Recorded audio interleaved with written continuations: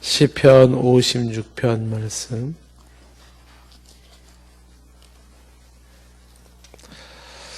(56편) 1절부터 우리 마지막 절까지 13절까지 말씀 같이 한번 읽어봅니다.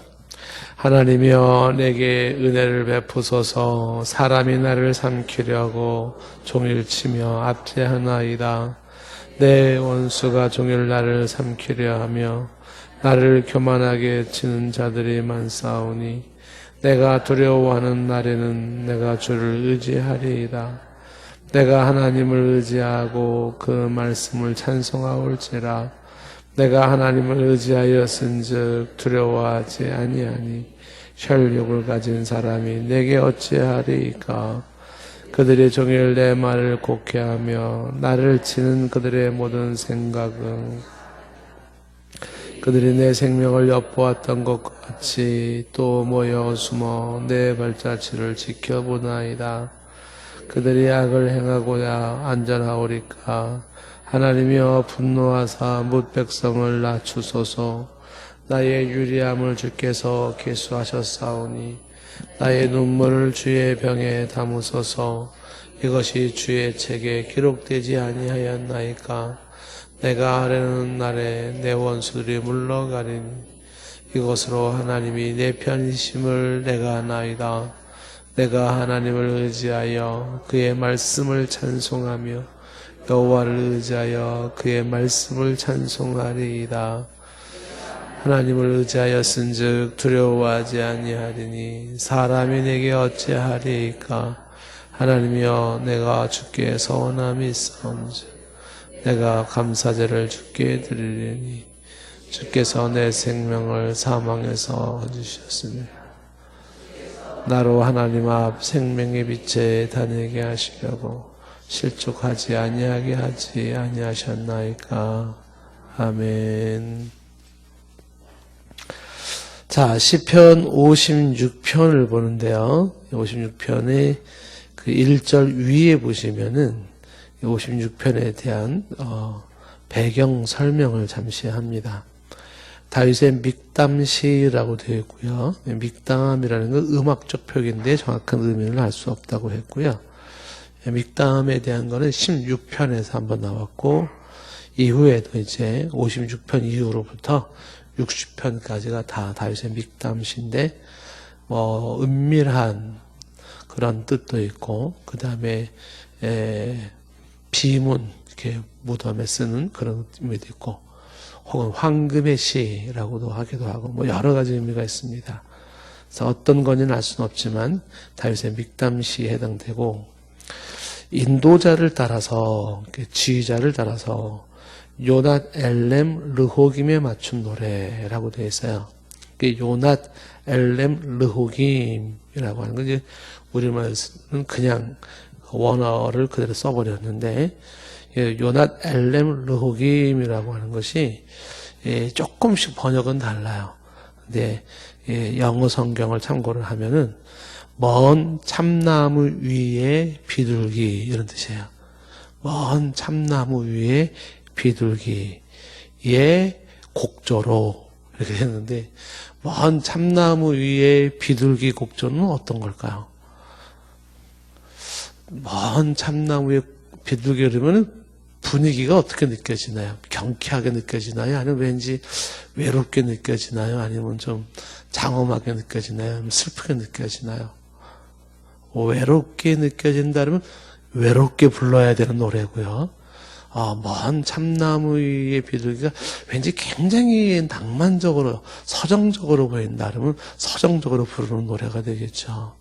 그래서 이게 이제 정확하게 이제 어떤 걸 말하는 건지 모르는데 그 말뜻만 가지고 얘기할 때는 먼 참나무 위에, 어떤 때는 번역하기를 먼 언덕 위에 비둘기라고 이렇게 얘기를 하고 있습니다.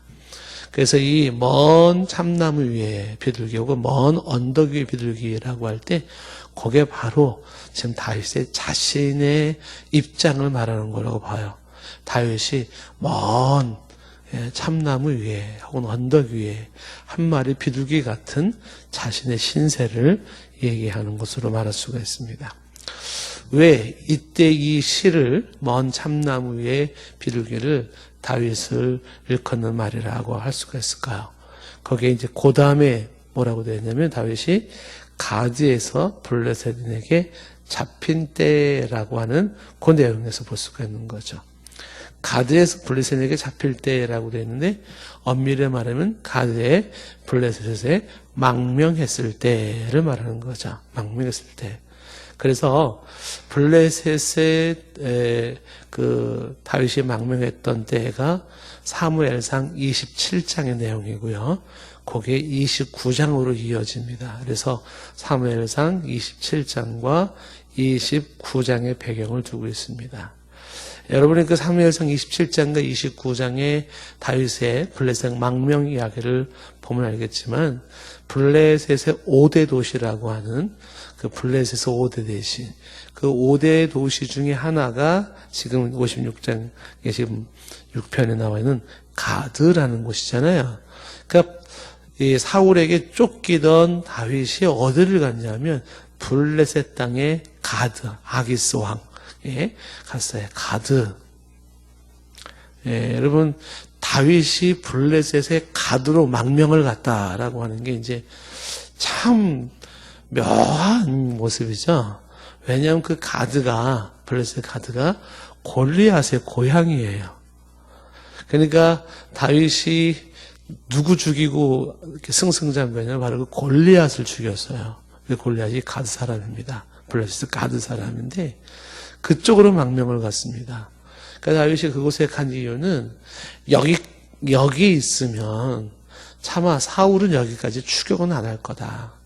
그리고 자기를 죽이려고 하진 않을 거다라고 생각해서 가장 원수인 적진 속에 우리 조금 더 좀 비유적으로 쉽게 말한다 그러면 한국을 구원한 북한과의 전투에서 한국을 구한 위대한 장군이 평양으로 망명 갈 것 같은 그런 느낌이에요. 지금 북한하고 싸워가지고서 한국을 구한 장군이 있는데 얘를 이제 굳이 비유적으로 얘기를 한다 그러면 근데 한국에서 그를 죽이려고 그러는 거예요. 왕이. 견디다 못해 방황하고 유리하다가 어디까지 갔냐면 평양으로 거기로 이제 망명한 것 같은 이제 그런 모습입니다. 그래서 다윗이 블레셋에 들어간 게 이제 두 번의 경우가 있었잖아요. 그래서 이게 두 번째에 해당되는 거죠. 첫 번째는 우리가 34편을 배경으로 했었던 거. 블레셋 가서 이제 미친 척하고 침 질질 흘리고 했었던 그때 사무엘상 22장에 한번 블레셋 간서 생명을 유지하려고 했었던 게 있었고 두 번째가 바로 지금 가드에 가서 아기스 왕한테 이제 도움을 청하죠. 근데 그 아기스 왕이 받아줬어요. 그래서 거기서 1년 4개월인가요? 그래서 블레셋에 머무는데 그때 이 다윗이 아주 난처한 상황에 한번 빠지게 되죠. 블레셋에 있을 때. 거기서 이제 시글락이라고 하는 성을 하나 부여받아가지고 거기서 이제 살게 되었었는데 때마침 블레셋하고 이스라엘하고 전쟁이 생긴 겁니다. 지금 다윗은 블레셋 편을 들기 위해서 망명한 건 아니고 여전히 다윗은 이스라엘 사람이고 이스라엘에 대한 사랑하는 마음이 큰데 그냥 사울의 그 생명의 위협을 건지려고 사실상 위장 망명을 한 거였었거든요. 근데 블레셋하고 이스라엘하고 전쟁이 벌어졌을 때 다윗을 전쟁터에 가자고 얘기하는 게 이제 아기스 왕이었죠. 다윗이 아주 난처해지는 겁니다. 졸지에 동족과 싸워야 되는 그런 입장에 놓였습니다. 그 배경하에서 지금 시편 56편을 쓰게 되는 거죠. 다윗의 삶의 특징이 뭐냐면 삶이 아주 곤란한 상황, 어려운 상황, 그런 무척 힘든 상황은 그럴 때가 주어지면 다윗은 뭐 하죠? 기도합니다. 그러니까 다윗이 인생의 기도가 하나님에 대한 깊은 신앙의 표현이죠. 내가 비록 사망의 음침한 골짜기를 다닐지라도 기도하기 때문에 해를 두려워하지 않지 않습니까? 그래서 그때 다윗의 기도하는 내용이 지금 56편에 기록되어졌고 그 기도를 또 하나님 들으셔서 그 곤란한 상황을 기가 막히게 하나님이 또 피하게 하시죠. 그게 뭐냐면 지금 블레셋과 함께 전쟁에 나가야 되는 상황에서 다윗이 나가려고 준비를 했습니다. 그때 블레셋의 다른 방백들이 보고서 아기스 왕에게 항의를 한 거죠. 아니 이스라엘과 싸우러 가는데 저기 저 다윗은 왜 데리고 갑니까? 그래서 방백들의 항의가 주어졌죠. 저 지금 다윗을 몰라서 그럽니까? 다윗은 블레셋의 원수 같은 존재고 저 다윗이 얼마나 싸움을 잘하는 사람인데 데리고 갔다가 적진해서 갑자기 돌변해가지고 이스라엘 편들면 우리 어떻게 되려고 아기스 왕 정신 나간 거 아닙니까? 막 뭐라 그랬어요. 아기스가 할 수 없이 다윗에게 당신은 빠지시오. 그래서 빠지게 되는 거죠. 그때 또 다윗이 능청 떨죠. 아니 내가 뭘 잘못했다고 안 들어갑니까? 또 이런 능청을 떨어요. 그러니까 아기스가 부탁을 합니다. 내가 지내봐서 아는데 당신은 정말 좋은 사람인가 아는데 제발 좀 이번엔 빠져달라고. 그래서 다윗이 못 이기는 척하고 빠지죠. 이 위기 상황을 그렇게 하나님이 피할 수 있도록 허락하셨어요. 그런 배경을 가지고 쓴 시가 바로 시편 56편이다라는 것입니다. 자, 보시겠습니다. 어떤 내용이 있는지. 1절에 하나님이여 내게 은혜를 베푸소서. 이 은혜를 베푸소서 이렇게 말을 하는 것은 지금 내겐 은혜가 필요합니다 하는 거죠. 은혜가 필요한 시점입니다. 여러분 혹시 은혜가 필요한 시점 아니에요? 그러면 이렇게 기도하세요. 하나님이여 내게 은혜를 베푸소서. 이렇게 은혜가 필요합니다. 왜요? 사람이 나를 삼키려고 종일 치며 압제하나이다.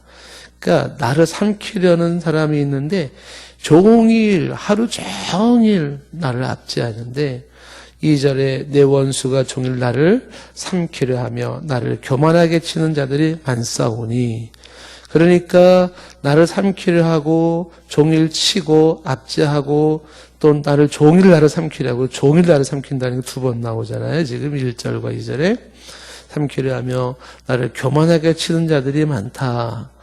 자, 요 내용이 미리 건너가면 5절에 보면은 그들이 종일 내 말을 곡해하며 나를 치는 그들의 모든 생각은 사악하다. 6절에는 그들이 내 생명을 엿보았던 것 같이 또 모여 숨어 내 발자취를 지켜보나이다. 요게 뭐예요? 다윗의 처지죠. 다윗의 지금 상황, 환경을 말하고 있는데 지금 현재 처지와 환경이 뭐냐면 사람들이 종일 다윗을 삼키려고 하고 압제하려고 하고 교만하게 치려고 하고 5절에 보면 말을 곡해해요. 그리고서 그들의 생각은 사악해서 다윗의 생명을 엿보고 있죠. 언제 죽이나 저 다윗 언제 죽이나 다윗의 발자취를 쫙 지켜보는 거예요. 허점만 보는 거예요. 그래서 이 블레셋에 있으면서도 블레셋 다른 사람들이 똑같이 사울과 비슷한 모습으로 저 다윗을 언제 죽이나 지금 아기스 왕이 보호를 하지만 뭔가 문제만 잡히면 이제 잡아 죽이려고 했던 모습이에요. 그러니까 다윗의 인생은 이스라엘에 있어도 두 다리 피고 잘 수가 없어요. 블레셋에 망령을 왔어도 똑같아요. 사람들이 엿보고 죽이려고 그러고 압제하고 말을 곡해하고 합니다. 그 다윗이 아주 괴로워요. 인생이. 그 상황에 다윗은 하나님의 은혜가 필요한 거죠.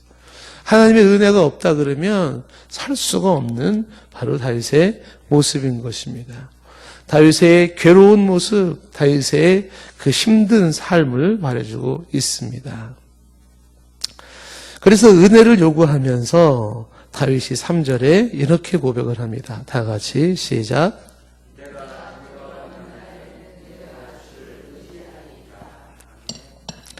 내가 두려워하는 날에는 어떻게 한다고요? 내가 주를 더욱 의지하는 거예요. 주님을 더욱 의지한다. 그러니까 두려움을 몰아내는 방법이 뭐냐면 주님을 더 의지하는 겁니다. 그러니까 주님에 대한 믿음을 강화시키는 거죠. 두려운 날에는 주를 더 의지한다. 너희는 마음에 근심하지 말라. 하나님을 믿으니 또 나를 믿으라 하죠. 아무것도 두려워하지 말고 나 여호와를 신뢰하라, 믿으라. 그러니까 이 근심을 몰아내는 방법이나 두려움을 몰아내는 방법은 여호와를 믿고 그리스도를 믿고 하나님을 믿는 거예요. 믿음이 두려움을 몰아내는 것이고 믿음이 근심을 몰아내는 거예요. 여건이 바뀌고 환경이 바뀌면 두려움이 사라지고 근심이 사라지는 거 아닙니다. 문제가 해결이 되면 두려움이 사라지고 근심이 사라지는 거 아니에요. 그렇다고 해서 그 두려움이나 근심이 사라지는 건 아니에요. 두려움과 근심의 이유는 중요한 게 하나님에 대한 믿음이 없어서 그러는 거예요. 그 믿음을 강화시키면 두려움이나 근심은 사라지게 되어 있습니다.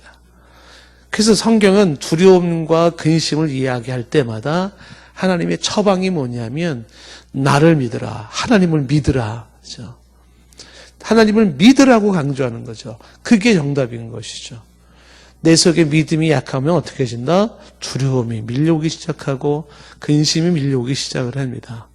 그런데 하나님을 신뢰하고 하나님에 대한 깊은 믿음이 생기기 시작하면 두려움은 싹 사라지고 근심은 싹 사라지게 되어 있습니다. 여러분 인생에 똑똑똑똑 두려움이 노크를 하고 똑똑똑똑 근심이 노크를 해요. 믿음으로 반응을 해보세요. 그러면 그 노크하던 두려움이나 근심은 쓱 아침 안개 사라지듯이 쓱 꼬리를 감추면서 사라지는 것입니다. 중요한 신앙의 원리예요. 3절에 그래서 내가 두려워하는 날에는 특히 내가 주를 의지합니다. 주를 의지합니다. 주를 신뢰합니다. 믿음을 강화시키는 거죠. 4절에 내가 하나님을 의지하고 그 말씀을 찬송하올지라. 하나님을 의지하면서 하나님의 말씀을 내가 찬송합니다. 라고 말하고 있어요. 이거는 하나님 안에서 하나님의 신실하신 약속의 말씀을 내가 찬송하는 거죠. 내가 하나님을 의지하였은즉 두려워하지 아니하리니, 그렇죠?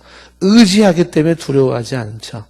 그러면서 혈육을 가진 사람이 내게 어찌하리까, 그렇죠? 혈육을 가진 사람, 결국은 사람이 내게 어찌하리까 이런 것인데 그 사람은 혈육을 가진 사람이다. 그러니까 영원하거나 불멸하거나 전지전능한 존재가 아니에요. 혈육을 가졌다라는 것은 죽을 수밖에 없는 연약한 한계를 가진 그런 겁니다. 그런 인간이 내게 어찌하겠는가라는 거예요. 요 4절이 56편에서 강조하는 내용 중에 하나예요. 그래서 요 내용이 지금 10절과 11절에 또 한 번 강조가 되는 겁니다. 미리 10절과 11절로 한번 가보시면 내가 10절에 내가 하나님을 의지하여 그의 말씀을 찬송하며 여호와를 의지하여 그 말씀을 찬송하리라. 11절에 내가 하나님을 의지하였은즉 두려워하지 아니하리니 사람이 내게 어찌하리까. 사람이 내게 어찌하리까. 그래서 이 4절의 이야기가 10절, 11절에 또 한 번 반복됨으로써 결국은 이런 내 인생의 곤란한 처지, 정말 괴로운 처지, 원수가 그렇게 나를 공격하고 압박해 들어온 그때에 다윗이 선택한 건 하나님을 의지하는 것이고 그 와중에 하나님을 찬송하는 거였어요. 그리고 분명히 말을 하죠. 내가 여호와를 의지하니 두려워하지 않겠다. 사람이 내게 어찌하겠는가 하죠. 로마서 8장 31절 말씀이잖아요. 여호와께서 나와 함께 하시면 내가 누구를 두려워하리요. 환난이나 기근이나 적신이나 위험이나 칼이나 위협이랴. 그러니까 내가 여호와가 나와 함께 하시니 내가 누구를 두려워하리요. 바울도 로마서 8장 31절에 말한 것처럼 지금 다윗이 그렇게 이야기하고 있는 것입니다. 4절에 사람이 내게 어찌하리까. 5절 6절은 좀 전에 말한 것처럼 원수들의 열심이에요. 적들의 열심. 그러니까 이 상대방은 나를 공격하는 사람들이 그 사람들도 열심이 있어요. 아주 애매하게 사람을 잡고 엿보고 이게 기회만 있으면 걸고 넘어지려고 하는 이런 사람들이 있는데, 그런 사람들도 또 열심히 해요. 우리가 흔히 쓰는 표현으로 말한다면 아주 그런 사람들도 도시락 싸가지고 다니면서 그렇게 헐뜯어요. 월급 주는 것도 아닌데 그렇게 열심히 헐뜯어요. 그 열심을 가지고 주를 섬기고 예수님을 전하면 한 수십 명은 전도했을 거예요. 근데 그거를 참 비난하고 헐뜯고 사람 잡아서 그냥 어떻게 하려고 하는데 그렇게 열심을 내는 거죠. 그게 5절, 6절에 그 적들의 열심이에요. 7절에 그들이 악을 행하고야 안전하오리까? 이렇게 악을 행하면 그들은 안전하겠습니까? 그들은 드디어 보호받겠습니까? 그러죠. 하나님이 분노하셔서 뭇백성을 낮추소서. 이 뭇백성이 그 악인들이죠. 좀 정확하게 말하면 블레셋 사람들. 지금 자기가 블레셋에 지금 들어온 상태에서 거기서도 자기를 죽이려고 하는 사람들이 그래도 많으니까 그 사람들을 낮추소서라는 거죠. 그러면서 8절을 얘기를 하는데 이 8절이 참 서글퍼요. 다윗의 이야기가 뭐라고 말을 하냐면 나의 유리함을 주께서 기수하셨으니 나의 눈물을 주의 병에 담으소서. 이것이 주의 책에 기록되지 아니하였나이까 그랬잖아요. 여기 나의 유리함을 이렇게 됐잖아요. 유리한다라는 게 나의 도피 생활을, 나의 방랑 생활을 그런 거예요. 오갈 데가 없어요. 다윗은 그냥 차라리 목동으로 있으면서 아버지 집에서 양칠 때가 차라리 좋았죠. 괜히 까부는 블레셋 죽였다가 말이죠. 다윗이 아주 곤란에 빠져버린 거예요. 민족의 영웅이라고 이제 인생을 쫙 피나 싶었는데 그런 거죠. 다윗은 그런 데 관심도 없었어요, 사실은. 근데 졸지에 그냥 큰 일을 하나 다윗을 골리앗을 때려 눕힌 사건 이후로 지금으로 말하면 세계 언론이 달라붙어 가지고서 그냥 모든 뉴스에 대서특필되면서 온 국민은 전 세계 사람들이 막 다윗 막 외치기 시작하다가 사울의 시기 질투가 생기면서 졸지에 다윗은 집에도 못 가고 유리하고 방황하는 생활을 하게 된 거죠. 그래서 때로는 산속에서 들판에서 지내야 되고 동굴 속에서 지내야 하고 그래서 그러다가 어디까지 왔어요? 세상에 골리앗 고향까지 왔어요. 그렇게 유리하고 방황하는 모습이에요. 이 유리한다라는 이 표현이 영어 성경을 보면은 다른 영어 성경 RSV라는 영어 성경을 보면 이 유리한다는 거 토싱이라고 되어 있어요. 그 토싱이 뭐냐면 여러분 그 배구 할 때 이렇게 공을 손으로 톡톡 튀기는 거 있잖아요. 이게 토스한다 그래요. 토스 이렇게. 그러니까 공을 손으로 톡톡톡톡 튀는 것처럼 이 지금 이 다윗은 톡톡 튀는 인생을 사는 거야. 여기서 찔끔, 여기서 찔끔, 여기서 찔끔. 너무 불쌍해요 다윗이. 톡톡톡톡 튀면서 그러면서 살아가는 모습이에요. 그런데도 이 다윗이 그런 자기의 삶을 잘 이겨나갈 수 있었던 거는 지금 시편에서 전반적으로 쭉 흐르고 있는 다윗의 신앙 때문에 그래요. 다윗의 믿음, 하나님에 대한 믿음이 정말 힘든 인생을 이기게 했어요. 유리하고 방황했었던 오갈 데 없는 모습 참 처참합니다. 적진 속에 들어가가지고서 오죽했으면 천하의 장군이 침을 질질 흘리고 살아야 됩니까? 머리카락 풀고 지내고 그런 모습에서 뭐라고 말하냐면 8절에 유리함을 주께서 계수하셨으니 나의 이 방랑 생활을 주께서 계수하셨다는 것은 하루, 이틀, 사흘, 나흘 주께서 카운트를 하고 계셨다는 거죠. 하나님 아시지요? 오늘 제가 며칠째 이루고 사는지 아시죠? 내가 밤이슬을 맞으면서 사는 제 모습이 주께서 아시죠? 너무 배가 고파가지고 먹지 못하고 막 줄이고 했었던 거. 그게 주님이 계수하십니다라고 이야기를 하면서 나의 눈물을 주의 병에 담으소서. 이 유리하고 방황하는 그의 삶은 눈물의 연속이었던 거죠. 쓸쓸함과 외로움과 억울함과 수많은 눈물이 그의 눈물이. 그래서 이 눈물이 하나님의 병에 담으소서라고 할 때 이 병이 정확하게 말하면 가죽 부대예요. 하나님 가죽 부대에 눈물을 담아 주십시오. 제가 흘린 눈물만 해도 얼마나 많은지 주님이 아마 아실 겁니다. 이렇게 얘기를 하고 있는 것입니다. 영어 NIV 성경에는 자기 눈물을 기록해달라. 눈물을 기록해달라. 두루마리 같은 데 기록해달라. 이런 얘기로 되어 있지만은요. 그래서 이 눈물을 병에 담아 주십시오. 라고 말하면서 이것이 주의 책에 기록되지 아니했나이까? 라는 것은 당신이 이것을 다 기록하고 있지는 않습니까? 라는 거죠. 내 모든 형편 주님 아시지 않습니까? 내가 지금 얼마나 어렵게 살고 있는지, 그리고 내가 얼마나 힘들게 살고 있는지 주님 아시지 않습니까? 다 기록해 놓으셨죠? 내가 오늘이 며칠째인지 아시죠? 이렇게 힘든 인생이 며칠째인지 아시죠? 하나님 앞에 이야기를 하고 있는 것입니다. 당연히 하나님이 알죠. 하나님이 카운트하고 계시죠. 예. 그리고 하나님이 정하신 때까지 그렇게 이제 하나님이 가겠죠. 자, 그런 상태에서 다윗은 여호와를 이제 의지를 하는 겁니다. 9절 말씀에 다윗은 말하기를 내가 아뢰는 날에는 내 원수들이 물러가리니 이것으로 하나님이 내 편이심을 내가 아나이다. 내가 아뢰는 날에는 이렇게 얘기를 했잖아요. 그 아뢰는 날이라고 얘기하는 거니 내가 기도할 때는 그런 뜻이잖아요.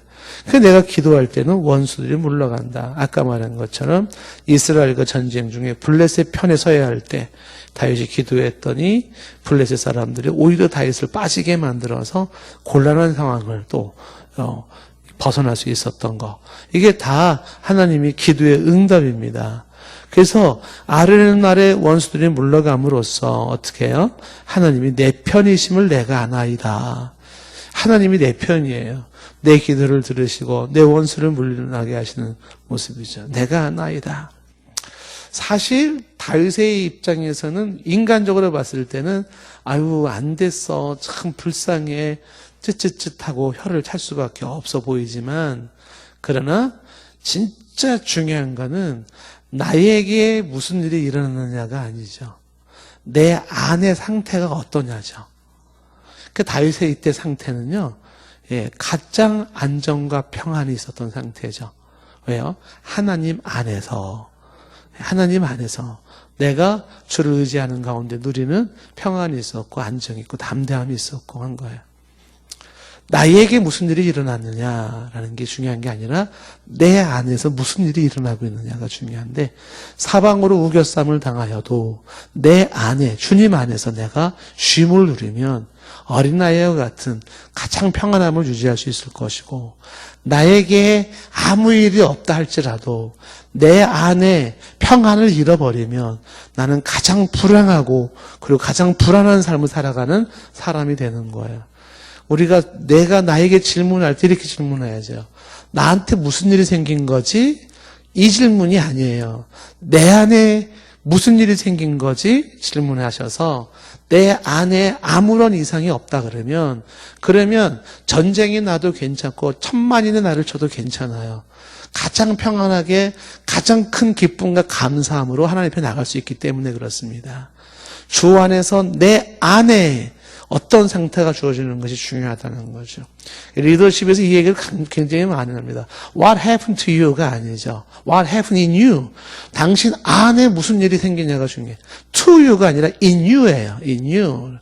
그래서 그 to you와 in you의 차이를 아주 많이 강조하죠.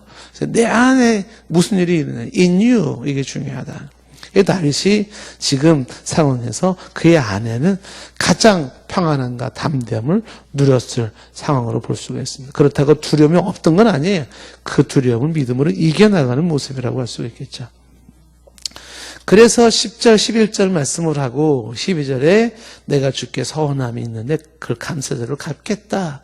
감사 제사를 드리겠다라는 거죠. 그 와중에도 그런 슬프고 쓸쓸한 상황에서도 감사 제사를 드릴 수 있었다라는 거죠.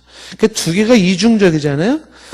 인간적으로 생각하면 눈물이 앞을 가리죠.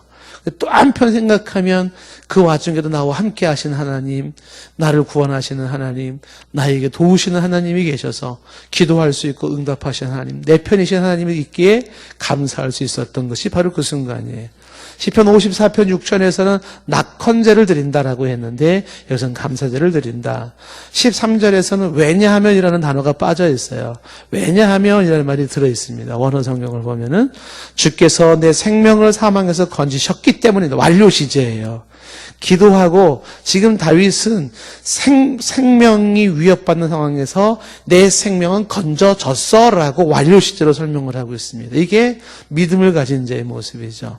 주께서 나로 하나님 앞 생명의 빛에 다니게 하시려고 실족하지 아니하게 하지 아니하셨나이까 그렇게 이미 하셨습니다라고 믿음으로 고백하고 있는 모습입니다.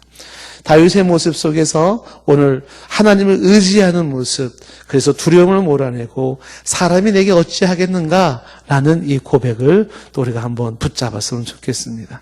기도합니다. 우리의 인생이 다윗 인생하고 비슷할 때가 많습니다. 외롭고 쓸쓸하고 유리하고 방황하면서 어디 하나 거할 데가 없는 모습, 정말 날개를 달고 탈 수만 있다면 외딴 사마리도 가고 싶은 그런 심령이 우리의 삶일 수가 있습니다. 때로는 공격자들이, 험담하는 자들이, 곡해하는 자들이, 죽이려는 자들이 그리도 많은 상황 속에서 내가 의지할 하나님이 계심이 감사하고 내가 기도할 하나님이 계심을 감사하고 기도할 때 들으시고 응답하신 하나님이 계심을 감사합니다. 진실로 하나님은 내 편이심을 내가 믿습니다. 하나님을 의지하며 하나님 앞에서 내가 두려움을 몰아내오니 사람이 내게 어찌할 수 있겠습니까? 여호와가 나를 위하시니 누가 나를 대적하리요? 이것이 우리의 고백이 되게 하시고 상황 속에서 감사하게 하시며 나를 생명을 건지시고 생명의 빛에 다니게 하시는 하나님을 찬양하게 하옵소서. 주께서 내 유리함을 계수하시고 내 눈물을 주의 병에 담으시는 줄로 믿사오니 하나님의 은혜가 특별히 더할 줄로 믿습니다. 예수님의 이름으로 기도드리옵나이다. 아멘.